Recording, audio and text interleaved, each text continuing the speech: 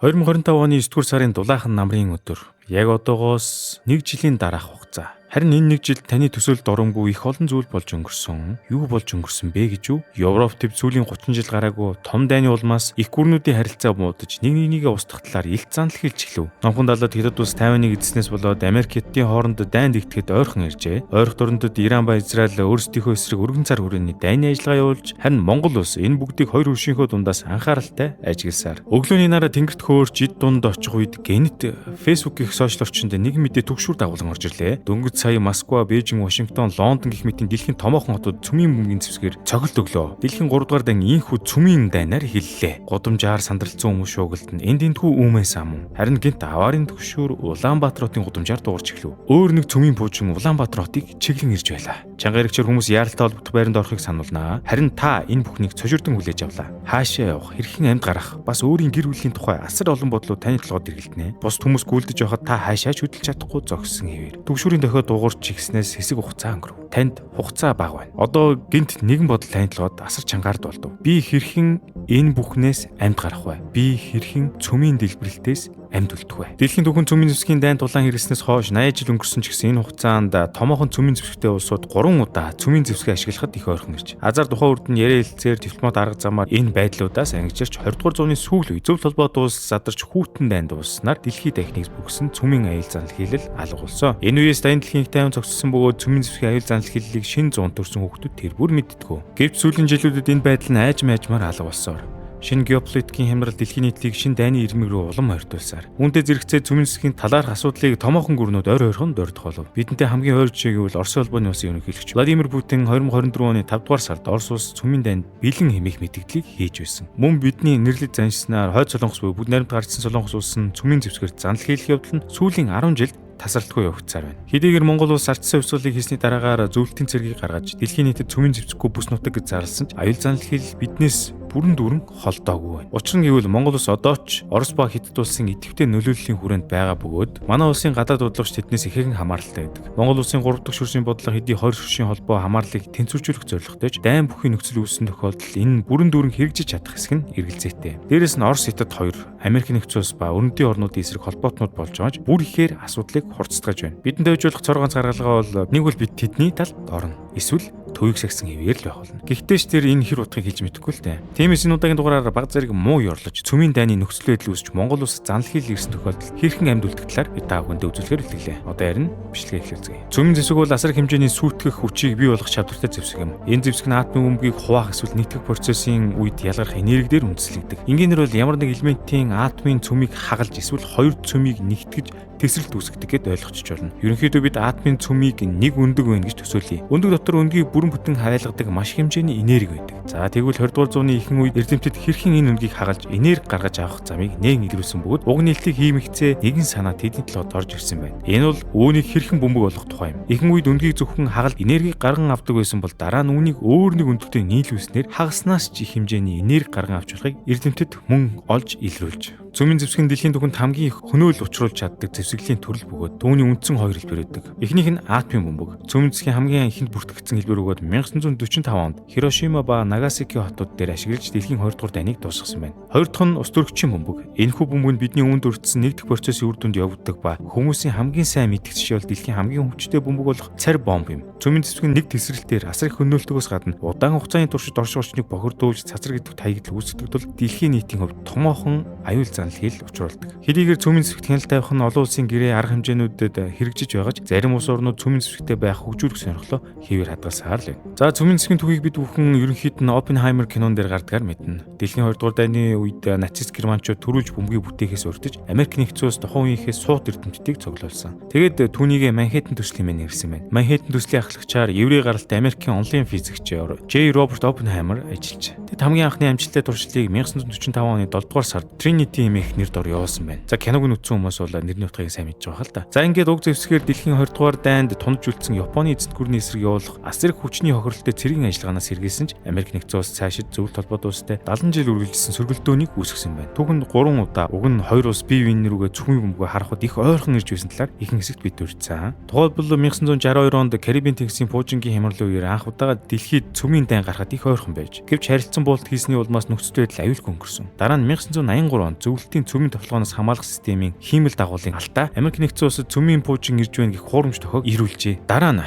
1983 онд зөвлөлтийн цөмийн тоглооноос хамгаалах системийн хиймэл дагуулын алдаа гарч тэр нь болохоор Америк нэгдсэн улсаас цөмийн пуужин ирж байна гэх хуурамч тохиог ирүүлж. Энэ үед Станислав Петров хэмээх офицер жижүүрт гарч ирсэн бөгөөд хариу зохиолт өгөх тушаалыг гаргах ёстой вэ. Гэвч хамгийнэгзэгтэй мөчид Петровд уг аюулыг хуурамч төгшүүр байна гэсэн сэжиг төрж хариу галлах тушаал өгөөгүй бөгөөд сүүлд түүний зөв байсан нь батлагдсанаар тэрээр хүн төрөлхтнийг цөмийн зэвсгийн сүрлээс аварч. Хамгийн сүүлийнх нь 1995 онд зөвлөлт холбоот улс үгүй болсны дараа гарсан баад энэ хамгийн сүүлийн удаа мөхөлд ойрхон ирсэн тохиолдол байна. Шинэхэн байгуулагдсан Орос улбаны улс Норвегийн хүргэсэн цаг агаарын пуужинг цөмийн пуужинтай андуурч. Илрүүлэх системүүд тэр аяараа дохио өгч тухайн үеийн ерөнхийлөгч байсан Борис Ельцин цөмийн чамдаан хэмээх нэрлэгдсэн цөмийн зэвсэг харах төхөөрөмжийг бэлэн байдалд оруулсан ч азар пуужин аюулгүй гэж танигдсан тул хариу зөвлөлтийг өгөөгүй лээ. Эдгээр түүхэн үйл явдлууд нь цөмийн зэвсгийн эрсдэлтэй байдлыг харуулж техникийн алдаа системийн доголдол зэрэгээс олж дэлхийн цөмийн дэнд орох аюултайг сануулсан юм. Цөмийн зэвсэглэн тэнцвэрт байдал үүсгэгч энэ тэнцвэр байдал нь эмзэг бөгөөд ослалдаа хүний буруутай үйл ажиллагаанаас болж томоохон сүрэл төрөх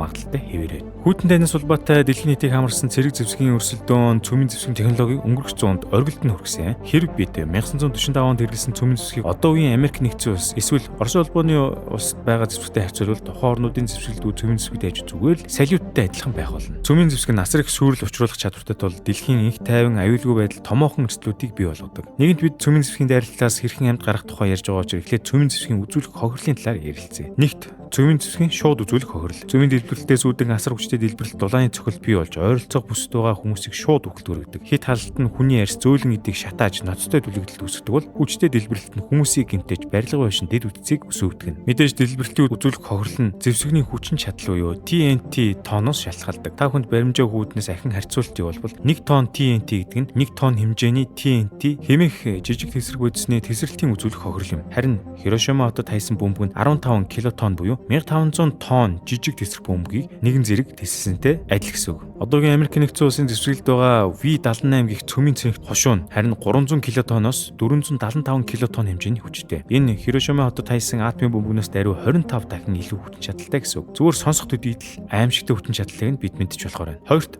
цацар гэдэг туяа. Цөмийн дэлбэрэлтээс үүдэн их хэмжээний цацар гэдэг туйд загаар тархдаг. Энэ цацраг нь дэлбэрэлтийн хүрээнд ойрхон байгаа хүмүүсийг шууд хордуулж цацрагийн хордлого үүсгэхээс гадна олон жилийн турш байгаль орчинд үлдэж амтан ургамал хүн төрөлхтний эрүүл мэндэд удаан хугацааны хор хөнөөл үзүүлдэг. Цацрагийн хордлого нь арсны түлэгдэлт, хор тавдар, эд эрхтнүүдийн гэмтэл зэрэг олон төрлийн өвчлөлийг үүсгэдэг. Хирошима хот дээр хайсан бөмбөгийн дэлбэрэлтийн ихэнх үед шууд нөлөөллөөр зөвхөн 70,000-аас 80,000 хүн амнаас алдсан байдаг. Дараа нь дэлбэрлэлээс хойш цацрагийн хордлого улмаас тонн 140,000 хүрсэн байна. Гэхдээ орчин үеийн цөмийн зэвсгүүдэд цацраг туяаны улмаас үзүүлэх хор нөлөө нь ихэнх үеигтэй харьцуулахад багассан. Учир нь одоо түгээмэл зэвсгэл буй бөмбөгнүүд нь халуун цөмийн зэвсэг буюу ус төрөгчийн бөмбөгнүүд байгаа. Ус төрөгчийн бөмбөг гэдэг нь нэгдэх хурал буюу хоёр өндгийг нэгтгэж дэлбэрэлт үүсгэдэг бөмбөг бөгөөд түүнээс үүсэх цацраг гэдэг туяа нь харьцангуй хурдан хугацаанд задардаг байна. Ийм орчин үеийн цөмийн зэвсгүүдийг үзүүлэх шууд тохирол нь асар өндөр бөгөөд цацраг гэдэг туяаны аюул энгийн бөмбөгийн хувьд бол харьцангуй бага гэж. 3. Байгаль орчинд дэд үтцийн сүрэл. Дэлбэрэлтийн голомтоос 1.5-аас 2 км-ийн радиуст орших бүх барилга дэд үтц бүгдээ устж үгүй болох нэ. Дундаж хэмжээний хүн амтай хотын хувьд бол 80,000 гаруй барилга сүрч бүхлөтэн хот үндсээрээ устгах болно. Дэлбэрэлтийн дараа нь газар ус агаарын цацрагийн бохирдол бий болж дэлбэрэлтээс амьд үлдсэн оршин суугчид урт хугацааны туршид цацрагийн нөлөөнд өртөж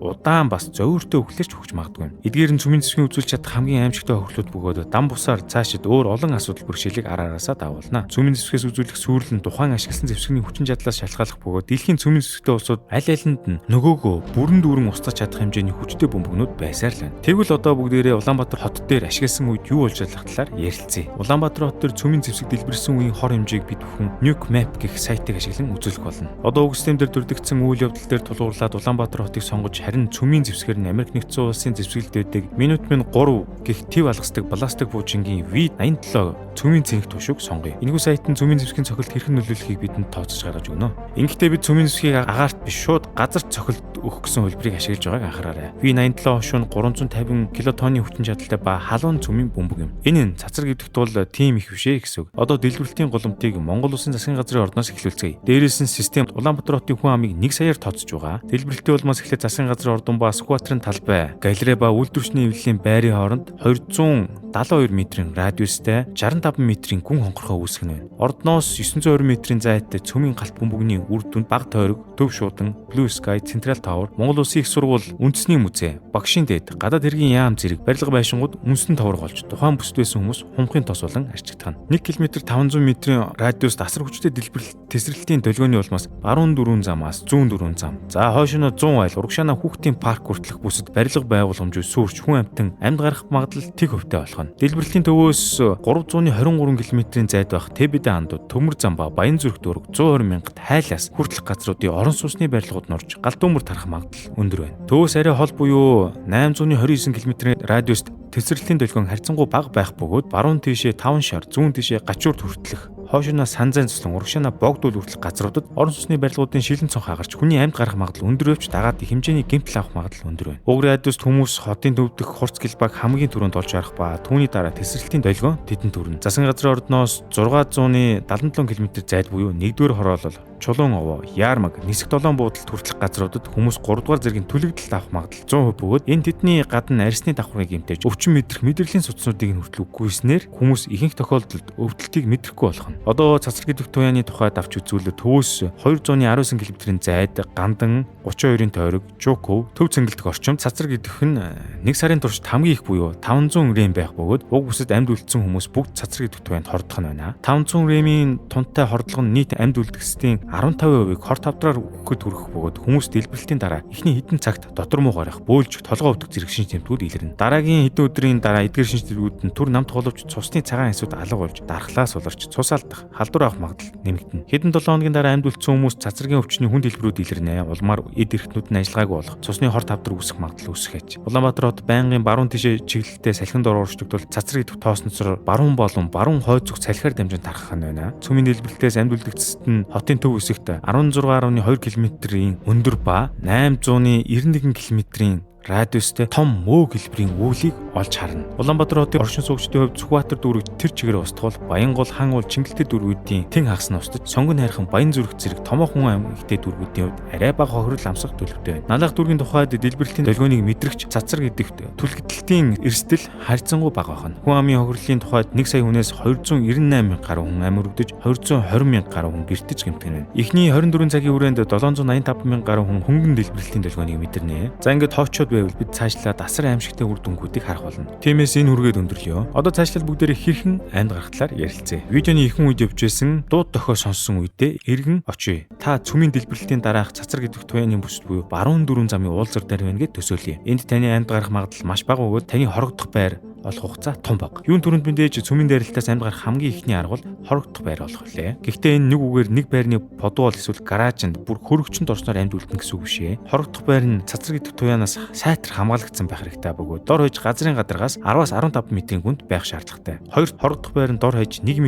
зузаан бетон хантай байж цацраг идэх туяанаас бүрэн хамгаална. Бүр болохгүй бол ядаж 3 м-ийн хөрсөнд орж чадвал цацраг идэх туяаны 99%-ийг хамгаалж чадах нэ. За тэгээд баруун дөрвөн замын уулзраас яаж хорогдох байр олох вэ дээ? Улаанбаатар хот нь хүйтэн дайны үед Америк нэгдсэн улсын цөмийн цохилт өгөх хотуудын нэг байсан бөгөөд 1970-аад онд мөн Хятадын цөмийн буужингууд шаардлагатай тохиолдолд Улаанбаатар, Налайх, Чой байсан зэрэг хотуудад цохилт өгөх төлөвлөгөөтэй байсан. Тийм учраас цөмийн дайнаас хорогдохын тулд тухайн үеийн удирдлагууд цөмийн хорогдох байруудыг өргөнөөр Улаанбаатар хотод байгуулсан. За тэндээс дурдах юм бол Сүхбаатарын талбайн доор хорогдох байр бөгөөд томоохон үйлдвэр ба албан байгууллагуудын доор цөмийн хорогдох байр байдаг гэсэн цоо яриа байдаг. Цоо яриа гэдэг нь үнэндээ уг газруудын талаарх байршил болон олон нийтэд нээлттэй байдаг учраас цоо яриа гэсэн үг. Үйлдвэрүүдийн тухайд гэх юм бол мах импэс сүү, талах чихэр, үйлдвэр кабинет зэрэг газруудын хашаанд цөмийн хорогдох байр байдаг гэдгийг зарим ажилчид дурдсан бай. Тэгвэл баруун дөрвөн зам дээр байгаа танд хамгийн түрүүнд боломжит байршил бол өгөөж чихэр бов компани хорогдох байрлал өгөөж болох нь. Мэдээж үнэхээр байдаг ба шүү дээ. Харин хугацааны тухайд гэвэл цөмийн буужин Америкаас Монгол хүртэл 22-оос 30 минутын дотор ирэх бөгөөд танд бас ч гэж хугацаа байна. Гэхдээ үүнийг хизээ ирүүлэхээс бас бүх зүйлс шалтгаална л да. Тиймээс танд дор хаяж 10 минут байна гэж бодъё. Хэрвээ цөмийн хорогдох байр олж чадахгүй бол та дэлбэрэлтийн төвөөс ядаж 3-аас 5 км-ийн зайд хол байх хэрэгтэй. Ингэж байж таны амьд үлдэх магадлал ихсэн. Хэрвээ та амжилттай хорогдох байранд орж нуугдч чадвал бас бүх зүйл боллоо гэсэн үг биш шүү. Эхний ээлжинд хорогдох байранд та дор хаяж 48 цаг хүртэлх хугацаанд байсны дараагаар гадагш гарч болно. Гэхдээ л мөн цацраг идэх туяаны хэмжээгээс шалтгааллах тул 7-оос 14 хоног байх нь илүү аюулгүй. Хэрэв та хурц гэлбаа үзэгдэх үед орж амжсан гэвэл та өөрийн гадуур хувцсыг бүрэн сольж тусгаарлах хэрэгтэй. Ингэснээр цацраг идэх туяанд хорогдох эрсдлийг багасгана. Мөн өөрийн гаднах биеэж сайтар угах шаардлагатай. Хорогдох байрны тесрэлтийн дараа төр хугацаанд сүүн бүтээгдэхүүн хэрэглэж болохгүйг санаарай. За тэгээд 7-оос 14 хоногийн дараа та хорогдох байрнаас гарч болох нэ. Харин одоо дэлбэрэлтийн төвөөс арай зайтай байх үеийн талаар ярилцъя. Та төвөөс 7-оос 8 км-ийн зайд амьдардаг хүмүүс